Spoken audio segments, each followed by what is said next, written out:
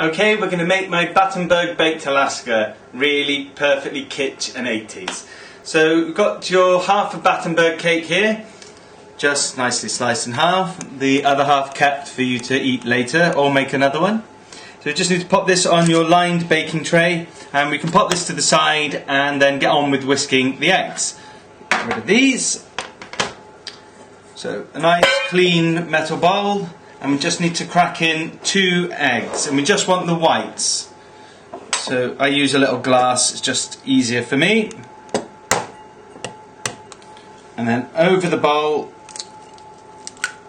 I just use the little half a shell just to catch the yolk and drain it through.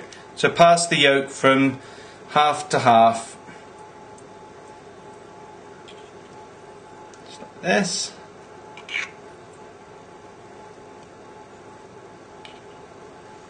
And then you can either save the yolks or just discard them, up to you, but we don't want any yolk in with the white. So then the same with the other one.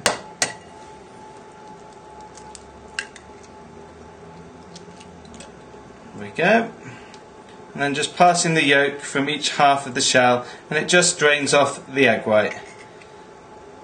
And we'll just give our hands a little rinse after this, and then we can get whisking. Hopefully you've got your whisk plugged in. There we go.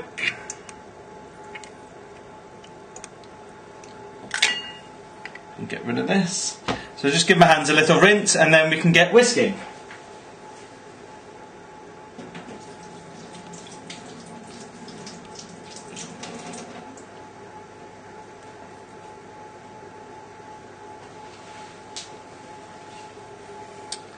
Okay, what we want to do here is we're going to whisk it up until it's into what's called stiff peaks, so nice and firm, and then we're going to gradually mix in the sugar afterwards. It won't take long at all, so if we start at the same time and get whisking, should be sort of finished at the same time. So if you just keep an eye on me, you won't be able to hear anything I say, so when I stop, hopefully you should have stopped as well. So ready, go!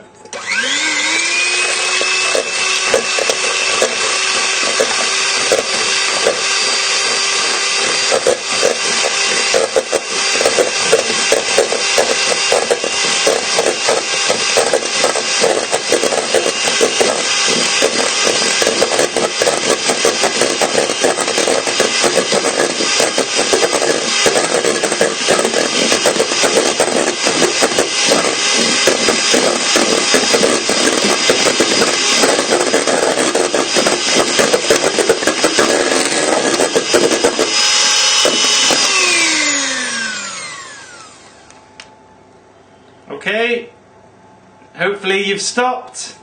Right, so we've got this nice and stiff peaks, and I'll do the little test. The way to test that it is stiff peaks is to hold it above your head, not for too long though, and that's the way to know that it is stiff peaks. But I don't suggest you do that because you'll be blaming me for getting egg white everywhere.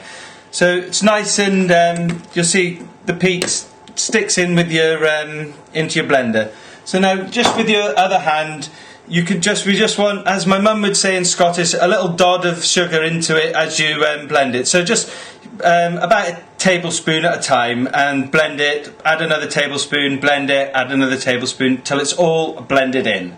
So, go!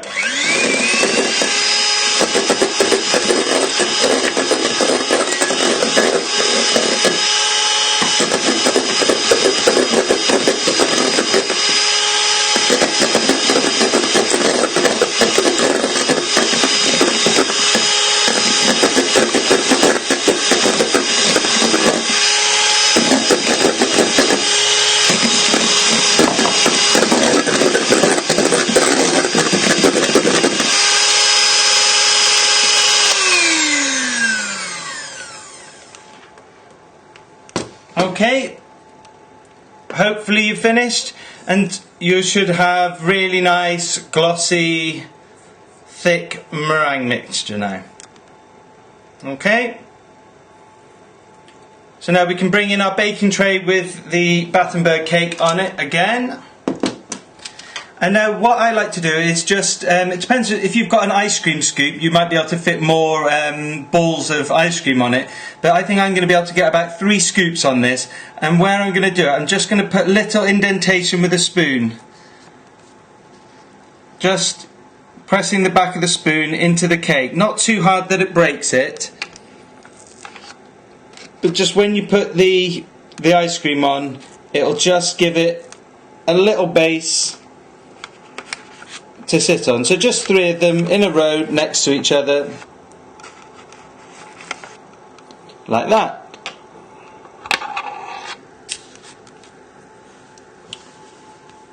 So now it's time for the ice cream. So you can get that out of your freezer. Mine's handily here, so I'll give you a second if yours is over on the other side of the kitchen, and I'll turn this round. That.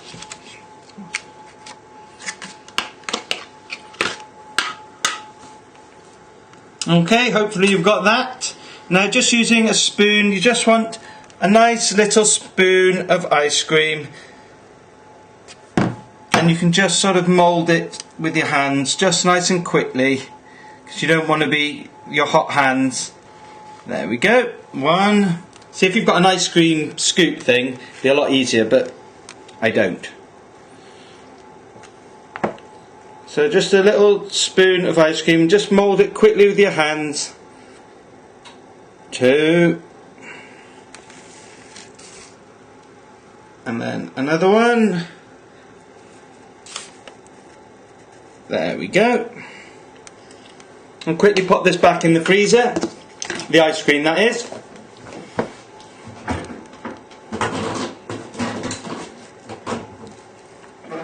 And just give you a second to come back.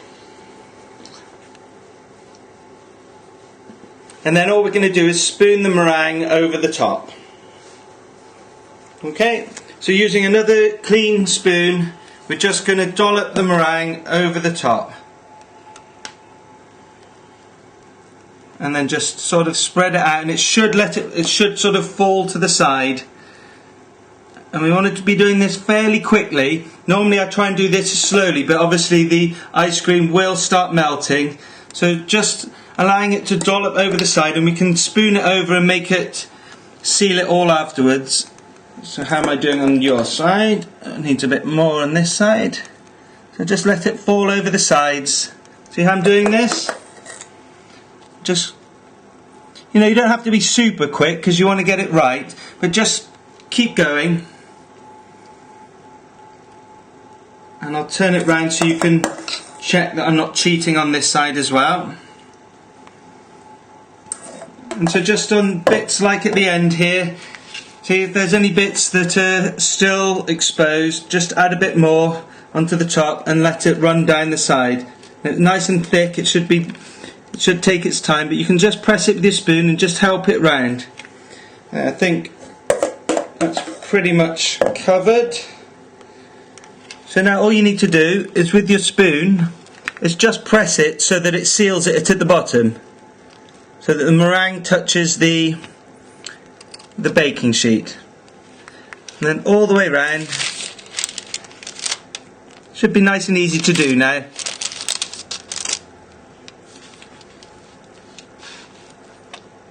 There we go. And it also gives these really fantastic 80s snowy peaks. Wouldn't be a baked Alaska without them. And so that's it done. So nice and quickly, we need to pop this into your hot oven for 2.5–3 minutes till it's nicely browned all over, and then when you come back you'll be able to see what it looks like. So 2.5 minutes, come back and we'll slice up and serve.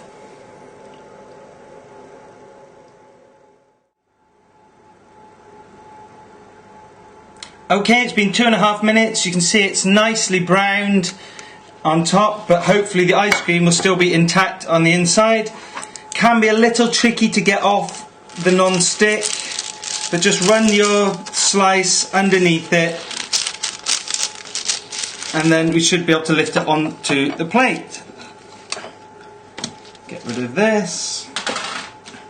Now I'll just cut it in half so you can See, the proof is in the pudding. Haha, that's a joke.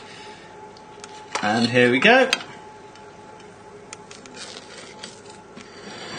There you go, you've still got the frozen ice cream and the meringue nicely browned on the outside, but really nice and soft. Beautiful, lovely combination of textures and flavours, and I hope you enjoy it.